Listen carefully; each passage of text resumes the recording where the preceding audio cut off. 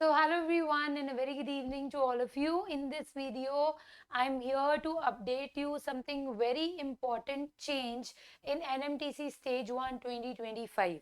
So every single year what was happening was there was two parts, part A and part B. Even in my last night video I shared that there are part A and part B, and in part A there are MCQ, in part B it is numerical type, right? So there is a certain change in the marking scheme from this year in these two parts. So still you will get 15 questions MCQ and 15 question numerical type.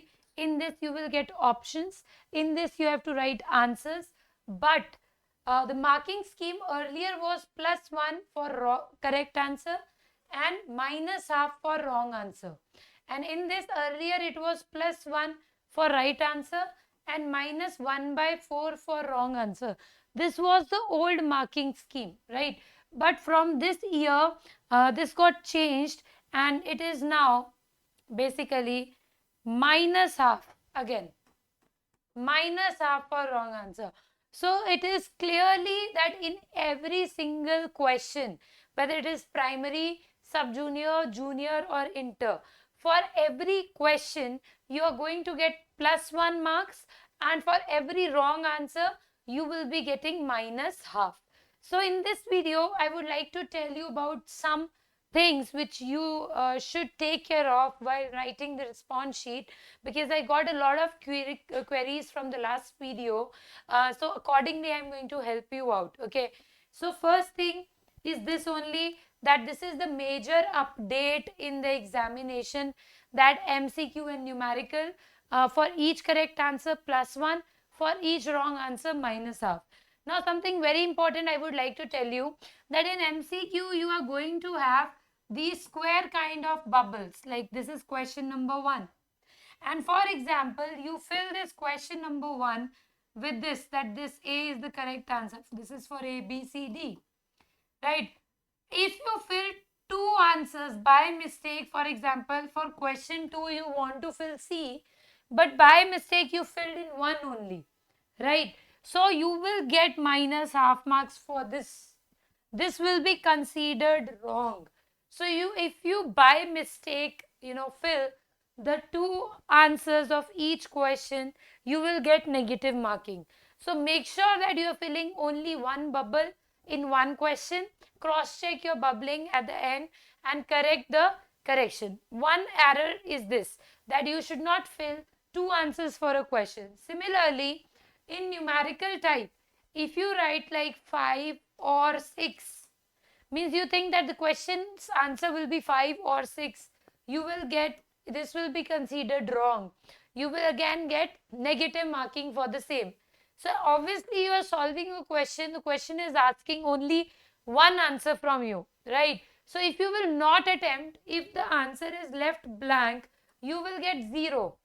And if the answer is 5, right, you will get, this is correct, you will get +1 marks. But the answer is 5 and you're writing 5 or 6, this will be considered wrong and you will get -1/2.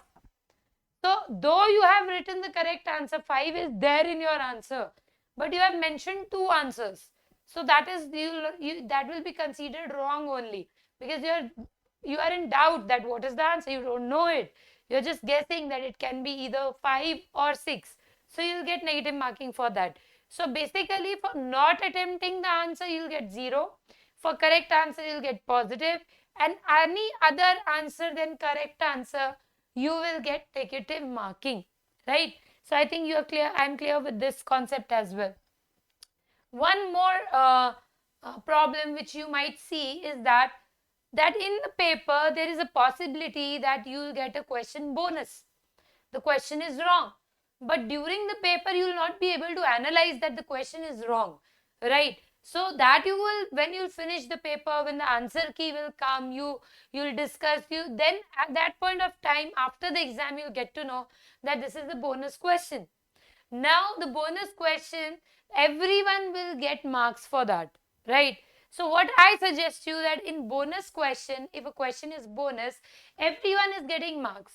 So if you feel that the question is wrong or you're not getting the correct answer, it is not in the options, right? Skip that question. Why?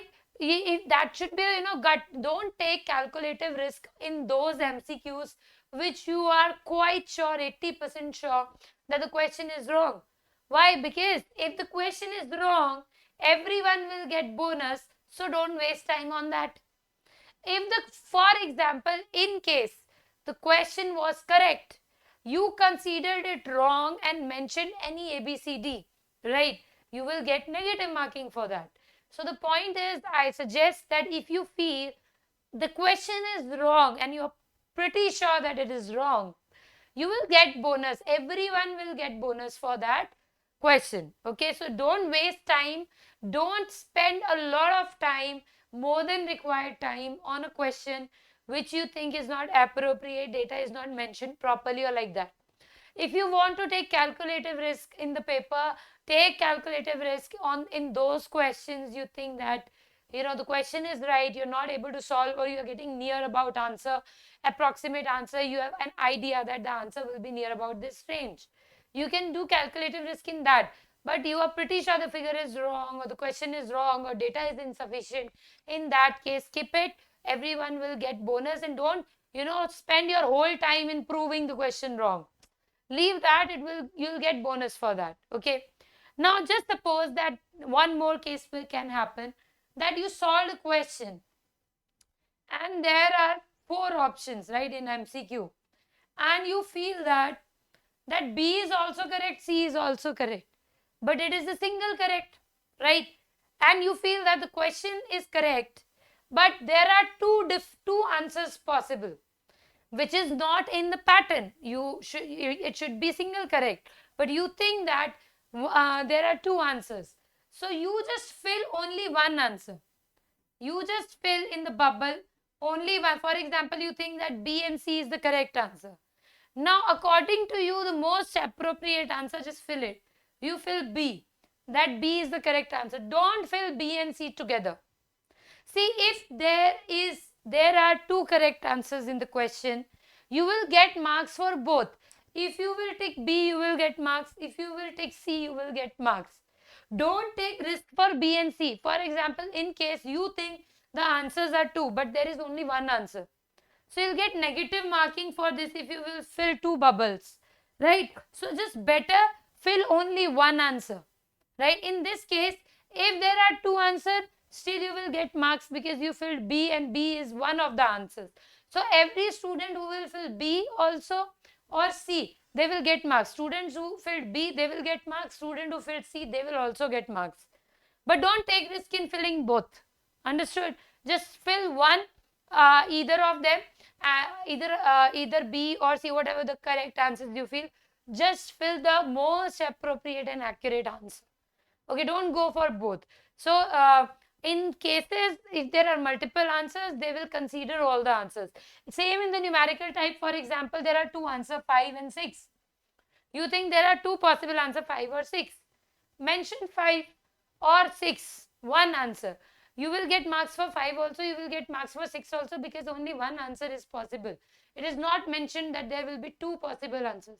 Yes, if it is in the question written that you have to tell all the values, then you have to write all the values. Okay, they will not ask such question. But if it is not mentioned, just go for the most appropriate answer. So I think I'm clear with these most important updates for NMTC stage 1, and these are my courses I have already told you. From 2nd of September, my new batch is going to start for grade 5 and 6, which is Gamma batch for the next year. The classes will be on Tuesday and Saturday. For grade 5th and 6th, it is Gamma batch, 7 p.m. to 8 p.m. on Tuesday. Saturday, 3:30 to 4:30 p.m. There will be 8 classes. 2 will be the monthly test, 6 will be the lecture classes, and 6 worksheets you will get. Right, 2,000 per month is the fees. You have to submit the worksheets as well. So on Tuesday and on Saturday, there will be live classes, and on Thursday and on Sunday, you have to submit the worksheet homework. So submissions you have to do. For grade 7th and 8th, there is Delta batch. The timing is Thursday and Saturday. On Thursday, 7 to 8 p.m. Saturday, 4:30 to 5:30 p.m. And again, you have to submit the worksheets on the Thursday worksheet, you have to submit on Friday. Saturday worksheet, you have to submit on Sunday. Again, the fees is rupees 2000. One bonus thing which we are providing to everyone is that if you are enrolled in any of our live batches and you got selected in NMTC stage 1, so for NMTC stage 2, we will launch a short crash course, and that course will be free for all those students who are enrolled students in the batches. Okay. And most importantly, the students who are in grade 9th and 10th, for them there is an IOQM batch whose details we will share personally on your WhatsApp number. For that, you have to WhatsApp us on these given numbers. So students who want to join our live batches, just WhatsApp us on these two given numbers. This number is of Yasmin. She will help you out with all the course details and enrollment process, and she will give you the inquiry and admission forms as well. So you can contact her for the second number for the same. You can also message on the first number for any kind of help or guidance. So thank you so much. All the very best to all of you, the people who are going to appear for the first time. Don't panic. It's okay. Enjoy the experience. Okay.